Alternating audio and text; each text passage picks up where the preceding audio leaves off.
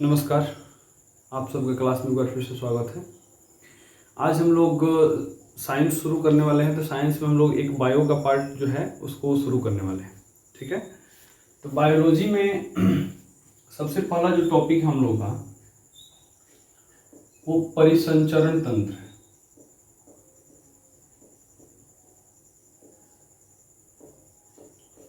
Circulatory system.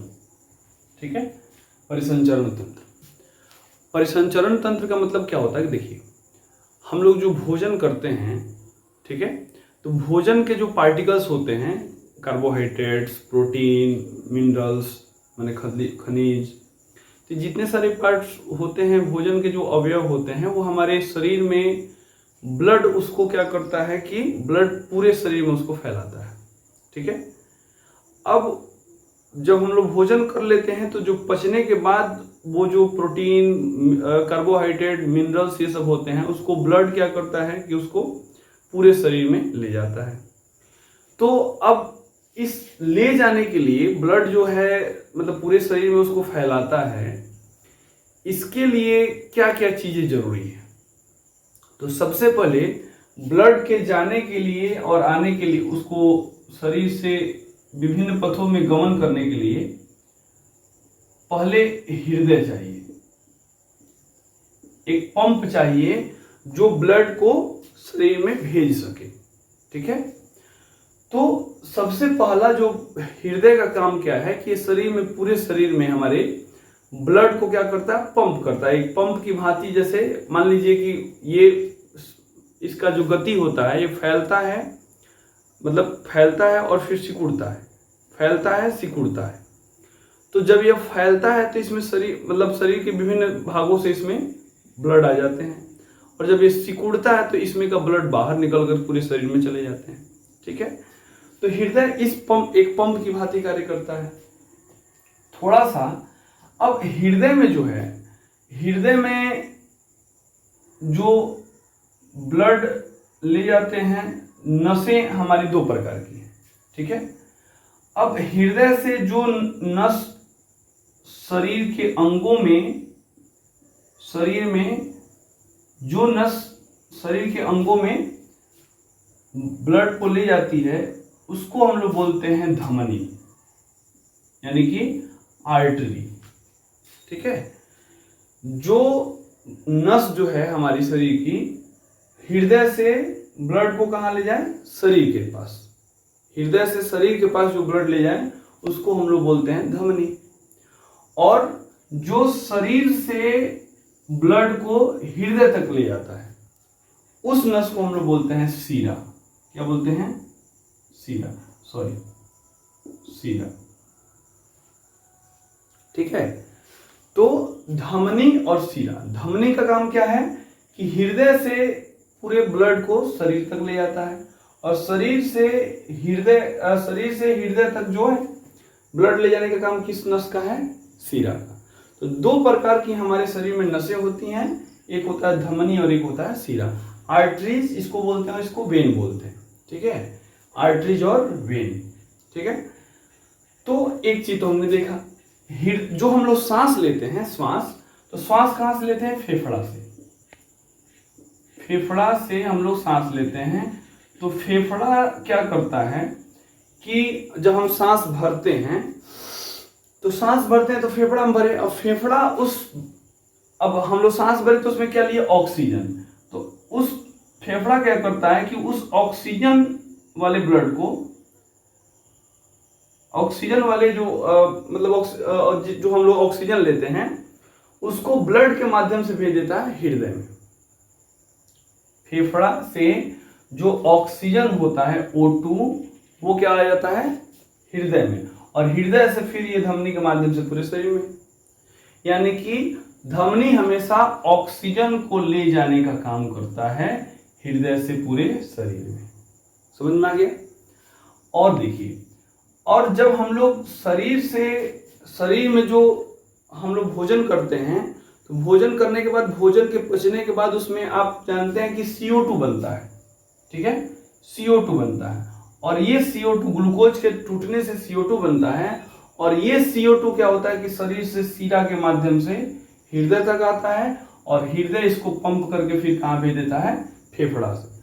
और यानी कि यहाँ CO2 सीरा किसको ढोता है, CO2 को, सीरा शरीर से CO2 को हृदय तक ले जाता है और हृदय फिर इसको पंप करके कहाँ भेज देता है, फेफड़ा के पास, और फेफड़ा से फिर हमारा शरीर के बाहर हम लोग सांस छोड़ते हैं, CO2 बाहर आ जाता है।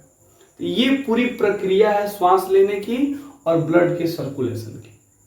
इस पूरे प्रक्रम में जो अंग हिस्सा लेते हैं उनको परिसंचरण अंग कहते हैं और इस पूरे सिस्टम को हम लोग बोलते हैं परिसंचरण तंत्र।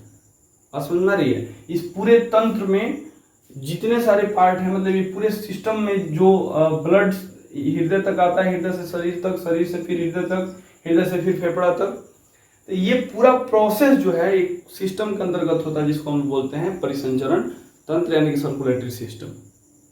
ठीक है, इसमें हम लोगों ने देखा कि फेफड़ा से हम लोगों ने ऑक्सीजन लिया, ऑक्सीजन कहाँ आ गया, हृदय तक, हृदय इसको कहाँ भेज देगा, शरीर तक। कौन ले जाएगा, धमनी। इस धमनी में क्या होगा, इस धमनी वाले ब्लड में क्या होगा, इस नस में, तो इसमें O2 होगा। फिर शरीर में जो भोजन के पचने के बाद CO2 बनता है, CO2 को कौन ले जाता है, सीरा, कहाँ ले जाता है, हृदय तक। हृदय फिर इसको क्या करेगा, आगे फेफड़ा को भेज देगा और फेफड़ा इसको बाहर निकाल देगा। तो इस चित्र को जरा बनाइए, इसके बाद थोड़ा सा हम कुछ इसमें से लिखते हैं। ठीक है, चलिए अब देखिए, अब हम लोग जो नसें हम लोग पढ़े थे, शरीर में दो प्रकार की नसें हैं, एक है आपको धमनी और एक है सीरा, है ना। तो धमनी हो गया, इधर धमनी लिख लीजिए और इधर सीरा लिख लीजिए, नोट भी करते चलिए आप लोग, सीराएं। अब देखिए, आप जब आप शरीर को देखेंगे तो हमारे शरीर में जो नसें ऊपर ऊपर दिखती हैं, ग्रीन, हरा, कुछ आप अपने शरीर में देखिएगा, हरा नस जिसमें हम लोग सुई देते हैं, डॉक्टर सुई देता है, तो वो जो है नस सिराएं हैं। ठीक है, और जो नस शरीर के अंदर होता है, ठीक है, वो मतलब मांस के अंदर होता है, वो धमनी होता है। ठीक है, वो हमको दिखाई नहीं देता है, लेकिन ये जो ऊपर ऊपर दिखाई दे रहा है ये सब क्या है, सिराएं हैं। ये शरीर में थोड़ा सा ऊपर होती है। अब इनके थोड़े से बारे में हम लोग जान लेते हैं। ठीक है, तो धमनी, तो सबसे पहले तो धमनी के बारे में हम यही कहेंगे कि इसमें ये क्या करता है कि इसमें, लिखते भी चलिए, इसमें ऑक्सीजन युक्त ब्लड, ऑक्सीजन युक्त, यह जो है इसमें मत लिखिए, यह ऑक्सीजन युक्त ब्लड को, O2 युक्त ब्लड को, रक्त को क्या करता है, रक्त को ले जाने का, हृदय से शरीर के अंगों में, शरीर के, मैं बोल दे रहा हूं आप लोग लिख लीजिए, शरीर के अंगों में ले जाने का काम करता है। तो धमनी क्या करता है कि यह ऑक्सीजन से, अभी जैसे मैंने समझाया था कि यह ऑक्सीजन को, ऑक्सीजन युक्त ब्लड को जो हम लोग शरीर मतलब फेफड़ा मतलब के द्वारा, सांस के द्वारा लेते हैं, यह ऑक्सीजन युक्त ब्लड को हृदय से शरीर के अंगों में ले जाता है। इसमें हम लोग क्या लिखेंगे, सीरा में, यह CO2 युक्त ब्लड को, CO2 युक्त ब्लड को शरीर से हृदय तक ले जाता है। इसमें हम लोग क्या लिखे हैं, हृदय से, इसको अंडरलाइन कर लेना, हृदय से शरीर के अंगों तक। ठीक है, इसमें क्या लिखेंगे, शरीर के अंगों से हृदय तक। ठीक है, तो ये ध्यान रखना। तो पहला पॉइंट ये हो गया। दूसरा पॉइंट लिखिए, इसमें अब पॉइंट वाइज बना करके, इसमें एक तरफ इधर और एक तरफ इधर, दोनों अंतर भी हो जाएगा। तो दूसरा पॉइंट लिखिए,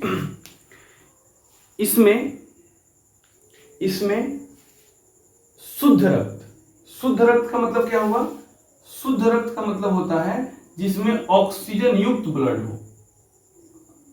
ठीक है, शुद्ध रक्त यानी कि ऑक्सीजन वाला ब्लड, इसमें शुद्ध रक्त प्रवाहित होता है। ठीक है, इसमें शुद्ध रक्त, ब्रैकेट में लिख लेना, ऑक्सीजन युक्त रक्त, जिसमें भी ऑक्सीजन रहता है, जो जिस ब्लड में ऑक्सीजन रहता है उसको हम लोग शुद्ध ब्लड बोलते हैं, और जिसमें CO2 रहता है उसको अशुद्ध ब्लड बोलते हैं, अशुद्ध रक्त बोलते हैं। इसमें आप क्या लिखेंगे, इसमें शुद्ध रक्त प्रवाहित होता है धमनी में, इसमें क्या लिखेंगे, इसमें अशुद्ध रक्त प्रवाहित होता है। ठीक है, तीसरा पॉइंट लिख लीजिए, ठीक है। अब देखिए, अब जब ये धमनी जो है, मैंने अभी आपको बताया कि हृदय से धमनी क्या करती है, इसको शरीर के अंगों तक ले जाती है, शरीर तक, है ना, शरीर तक। तो जब हृदय पंप होता है ना, हृदय जब पंप होता है तो उसमें प्रेशर ज्यादा होता है, तो इसीलिए धमनी की जो दीवारें होती हैं वो मोटी होती हैं, ठीक है। तो इसमें आप डाल के लिख लीजिए धमनी में कि इसकी दीवारें मोटी होती हैं। और सीरा हम आपको बताए हैं कि शरीर से जो है हृदय तक ले जाती हैं CO2 वाले ब्लड को। तो ये शरीर से हृदय तक ले जाने के लिए बहुत ज्यादा इसमें मतलब प्रेशर की जरूरत नहीं पड़ती है, इसलिए इनकी दीवारें पतली होती हैं। तो इसमें तो दूसरा पॉइंट हो गया, इसमें यह अशुद्ध रक्त इनमें प्रवाहित होता है। तीसरा पॉइंट इसमें लिखे हैं कि धमनी की दीवारें अपेक्षाकृत मोटी होती हैं और सीरा की दीवारें अपेक्षाकृत पतली होती हैं, ठीक है। तो इसका तीसरा पॉइंट, चौथा पॉइंट लिख लीजिए। चौथा पॉइंट लिखिए, इनमें रक्त प्रवाह तेज होता है। इनमें रक्त प्रवाह तेज होता है, मैंने जैसे अभी आपको बताया, इनमें रक्त प्रवाह तेज होता है। और इसमें क्या लिखेंगे चौथा पॉइंट में, इनमें रक्त प्रवाह अपेक्षाकृत धीरा होता है। मतलब इसमें ज्यादा तेज गति से ब्लड आता है और इसमें थोड़ा कम गति होती है, ठीक है। तो इनमें तेज रक्त का प्रवाह होता है और इनमें थोड़ा अपेक्षाकृत धीरा रक्त का प्रवाह होता है। 4 पॉइंट हो गए। 5वां पॉइंट लिख लीजिए, ठीक है। 5वां लिखिए, अभी जैसे मैंने आपको बताया कि धमनी क्या होते हैं, यह त्वचा में गहराई पर पाए जाते हैं, ठीक है। 5वां पॉइंट, ये त्वचा में गहराई पर पाए जाते हैं, त्वचा में अंदर गहराई में पाए जाते हैं। और इसमें क्या लिखेंगे, यह त्वचा के ऊपरी हिस्से में पाए जाते हैं, ये त्वचा के ऊपरी हिस्से में पाए जाते हैं, ठीक है। तो ये मुख्य रूप से 5 बिंदुएं हैं आपको, ठीक है, कि धमनी और शिरा में अंतर भी हो गया, हम लोग देख लिए। और धमनी क्या काम, इसका क्या काम है कि यह ऑक्सीजन को हृदय से शरीर के अंगों में भेजता है। शिरा क्या करता है, CO2 वाले ब्लड को शरीर से हृदय तक भेजता है। इसमें अशुद्ध रक्त होता है, इसमें शुद्ध रक्त होता है। इसकी दीवारें थोड़ी मोटी होती हैं, इसकी दीवारें पतली होती हैं। उसके बाद इसमें क्या हमने लिखवाया है कि ये त्वचा के ऊपर पाए जाते हैं और ये थोड़ा त्वचा में गहराई पे पाए जाते हैं और ये त्वचा में जो है थोड़ा ऊपर पाए जाते हैं, ठीक है। और इसके अलावा हमने एक और पॉइंट आपको लिखवाया था कि इनमें जो ब्लड का प्रेशर होता है, ब्लड की जो गति होती है वो थोड़ा सा तेज होता है और इनमें थोड़ा सा कम होता है। ये मुख्य अंतर रहा हम लोग को शिरा और धमनी में, ठीक है। अब थोड़ा सा क्या करते हैं हम लोग कि इसको ब्लड को देख लेते हैं, ठीक है। अब हृदय जब नसें हो गई धमनी और शिरा, इसके बाद ब्लड को देख देखिए। अब अगला जो टॉपिक हम लोगों का वो है रक्त, ब्लड, ठीक है, ब्लड। तो ब्लड क्या है, तो ब्लड क्या हुआ, ब्लड जो है हमारे शरीर में यह एक क्षारीय पदार्थ होता है। देखो, अब ब्लड का पीएच मान, अगर बहुत सारे एग्जाम में पूछ चुका है, ब्लड का पीएच मान ये कितना होता है, 7.4 होता है। तो ब्लड का पीएच मान 7.4 होता है। तुम लोग जानते होंगे आप लोग कि पीएच मान जो है किसी भी पदार्थ का अम्लीयता और क्षारीयता बताने के लिए प्रयोग किया जाता है। किसी भी वस्तु का जो द्रव होता है उसका पीएच मान 0 से लेके 14 तक होता है। इसमें जैसे जैसे 7 से इधर बढ़ेंगे ये अम्लीय होता जाएगा और जैसे जैसे 7 से 14 की तरफ बढ़ेंगे क्षारीय होता जाएगा। तो ब्लड का पीएच मान कितना है, 7.4, यानी कि ये क्या हो जाएगा, एक क्षारीय पदार्थ हो जाएगा। यह एक क्षारीय पदार्थ है, ठीक है, यह एक बेसिक मटेरियल है। ब्लड का काम क्या है शरीर में, तो ब्लड का काम है हमारे शरीर में जो हम लोग ऑक्सीजन लेते हैं उस ऑक्सीजन को शरीर के विभिन्न भागों तक ले जाना, हीमोग्लोबिन के माध्यम से, उसको आगे हम लोग देखेंगे। उसके अलावा जो कार्बन डाइऑक्साइड बनता है उसको शरीर के विभिन्न भागों से फेफड़ों तक लाता है, फेफड़ों से शरीर उसको बाहर कर देता है। जो हम लोग भोजन करते हैं तो भोजन के अणुओं को, जैसे अब भोजन के अणु क्या हो गए, जैसे कार्बोहाइड्रेट्स हो गए, मिनरल्स हो गए, खनिज हो गए, ठीक है, सॉरी खनिज हो गए, वसा हो गया, प्रोटीन हो गया, तो इन सभी को शरीर के विभिन्न हिस्सों में ये ले जाते हैं। इसके अलावा हमारे शरीर को बहुत सारी बीमारियों से बचाने का भी ब्लड का ही काम है। तो ब्लड में आपको दो पार्ट होता है, एक होता है सॉलिड पार्ट और एक होता है लिक्विड पार्ट। सॉलिड पार्ट और लिक्विड पार्ट, मतलब ठोस भाग और द्रव वाला भाग, द्रव भाग, और ये हो जाएगा ठोस भाग। ठोस भाग लगभग आप कह सकते हैं कि 40 to 45% ये होता है। जो हमारा सॉलिड पार्ट है ब्लड का वो 40 से 45% तक होता है, और जो लिक्विड पार्ट है वो लगभग आपको 55% to 60% तक होता है पूरे ब्लड का। मान लीजिए कि अगर हमारे शरीर में 100 लीटर ब्लड है थोड़ा देर के लिए, तो उसमें से 45 लीटर जो है लगभग सॉलिड पार्ट होगा, और लगभग 55 से 60% यानी कि उतना लीटर जो है द्रव वाला पार्ट होगा। ठीक है, वो एक ब्लड में, एक ब्लड के अंदर की बात हो रही है। सॉलिड वाला पार्ट में 3 चीजें हैं, आप लोग जानते होंगे, आरबीसी, आरबीसीएस, डब्ल्यूबीसीएस और प्लेटलेट्स। ठीक है, मतलब इसको बोलते हैं रेड ब्लड कॉर्पस, मतलब लाल रक्त कणिकाएं। ठीक है, व्हाइट ब्लड कॉर्पस्कल, इसको श्वेत रक्त कणिकाएं बोलते हैं, और प्लेटलेट्स को प्लेटलेट्स ही आमतौर पे बोल देते हैं। तो ब्लड में 2 पार्ट होते हैं, सॉलिड पार्ट और लिक्विड पार्ट। ठीक है, ये लगभग 40 to 45%, ये 50 to 60%। ब्लड का पीएच मान 7.4। इसमें 3 भाग हैं, डब्ल्यूबीसी, आरबीसी और प्लेटलेट्स। इसमें मात्र एक भाग है प्लाज्मा, प्लाज्मा। ठीक है, अब एक एक करके हम लोग सबका अध्ययन करेंगे। जैसे सबसे पहले हम लोग प्लाज्मा के बारे में पढ़ लेते हैं। ठीक है, तो एक नया हेडिंग बना दीजिए आप। ठीक है, इसको जरा उतार करके, और नया यहाँ पे बीच कॉपी में बना दीजिए प्लाज्मा। अब देखिए प्लाज्मा क्या होता है। प्लाज्मा जो है शरीर ब्लड में एक पीला, कह सकते हैं आप, एक पीला प्रकार का पदार्थ होता है।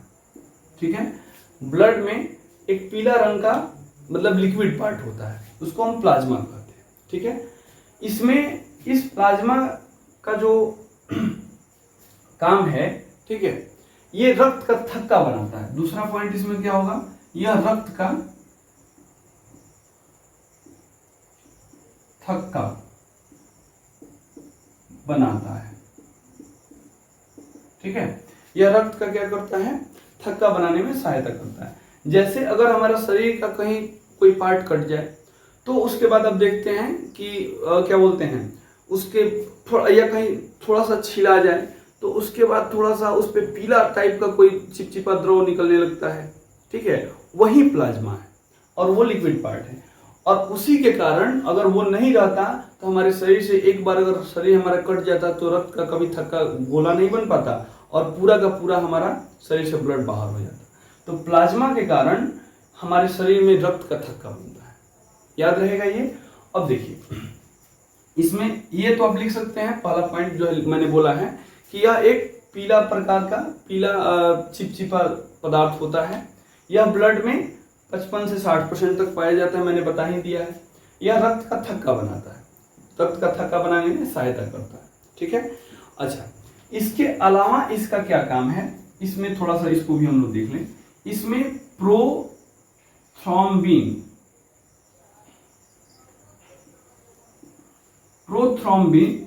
प्रोथ्रोम्बिन और फाइब्रोनोजेन,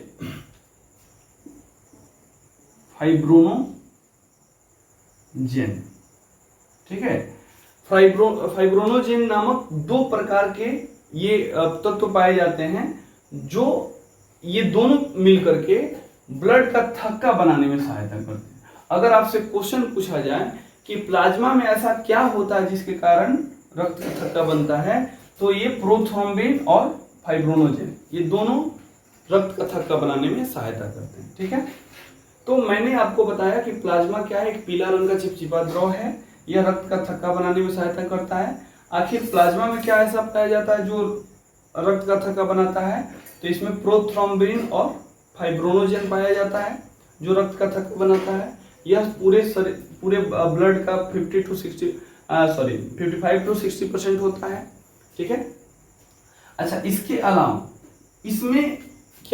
इसमें एक चीज और है कि ये आपको एंटीबॉडीज का मतलब क्या होता है कि यह हमारे शरीर को किसी रोगों से लड़ने की क्षमता प्रदान करता है। बात समझ में आ रही है? ऐसे इसका काम WBC भी करता है, लेकिन थोड़ा वो एंटीबॉडीज भी ये बनाता है। ठीक है, तो इसमें क्या ऐसा होता है, तो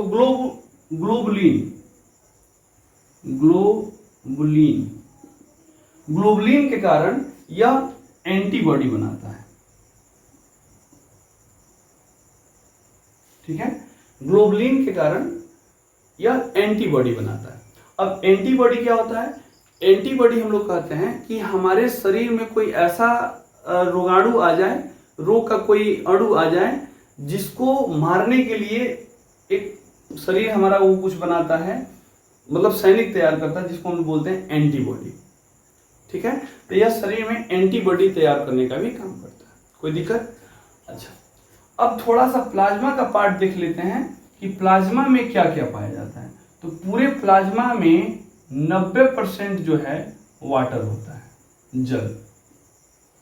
पूरे प्लाज्मा का इसको ऐसे एरो दे देके आप लिखते जाइए कि प्लाज्मा में लगभग 90% भाग जो है जल होता है। ठीक है, 7% जो हिस्सा होता है, लगभग 7% जो हिस्सा होता है वो प्रोटीन होता है, प्रोटीन का होता है। ये भी क्वेश्चन कई बार ऑब्जेक्टिव पूछ चुका है कि इस प्लाज्मा में कितना परसेंट जल पाया जाता है। ठीक है, प्रोटीन कितना परसेंट पाया जाता है, और 0.9% जो है इसमें साल्ट मतलब नमक पाया जाता है। 0.9% जो है इसमें साल्ट यानी कि नमक का मात्रा होता है, और 0.1% जो होती है वो होता है आपको ग्लूकोज।